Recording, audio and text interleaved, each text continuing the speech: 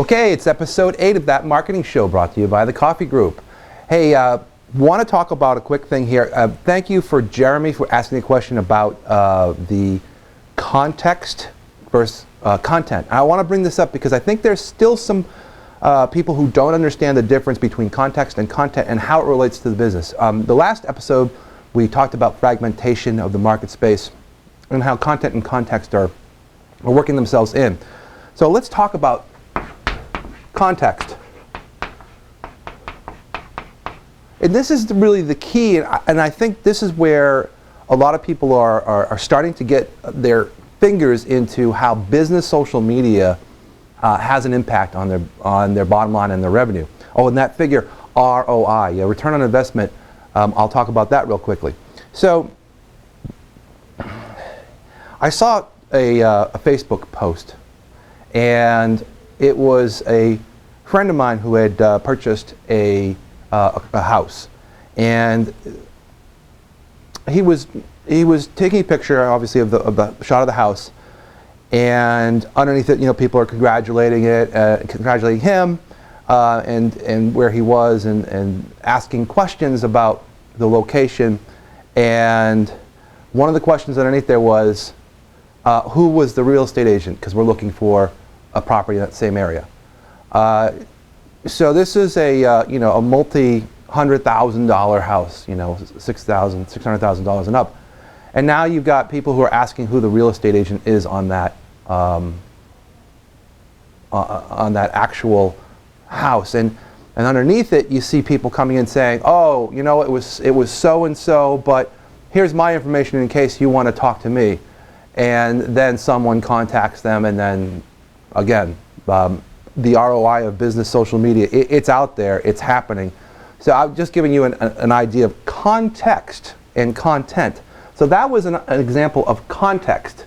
So when you're involved in relationships, whether it's Facebook or it's Twitter or LinkedIn, you have a relationship with someone, someplace, and there's a dialogue.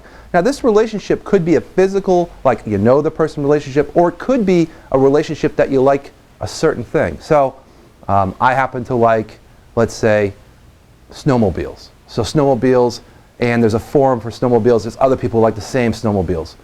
I already have context with those people because we have the same background. Or if we're from the same state and we meet, let's say in Jamaica, we sit down at a restaurant or a bar, and I start talking about New Jersey, and the person says, oh, I'm from New Jersey. That's context. So now that's to try to understand. So there's different variations. This is just a couple of examples of content versus context. So let's talk about what this really means. So now that you've grasped context, it is the stories businesses tell. The story, let's just say, your business, story of your business. How do you get this story out to the people who have context with the content you're delivering for your story? So in all of human evolution, the reality is that storytelling has been the predominant way of conveying information.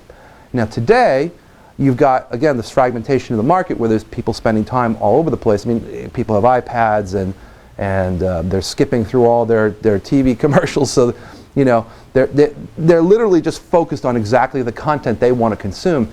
So we're getting more into a pull society as opposed to a push society that we've kind of been used to living in. So the concept is how do you get your story positioned so you can have context with the end user so that there can be some sort of relationship bridging.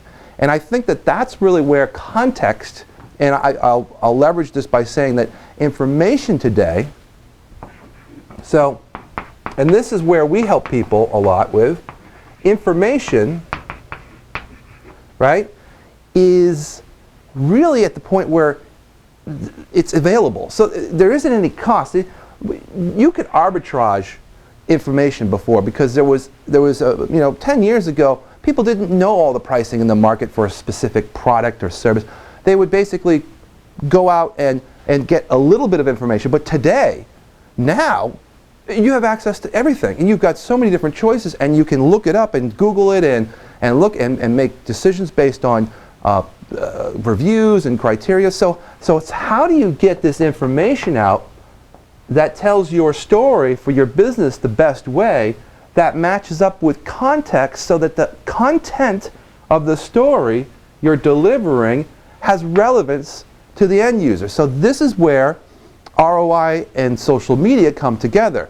Because now when you have relevance to your end user and you're talking about your business story, and now that you know that information is basically, pointless at the point of, there's so much information out there, it's really the value of effort you make to do this strategy. So today, this is where the value of your effort is the key to dominating and becoming a player amongst all your competitors. And doing this solves the equation. So I hope this video makes you think about how context is important when you're marketing. It's Matt Coffey, That Marketing Show.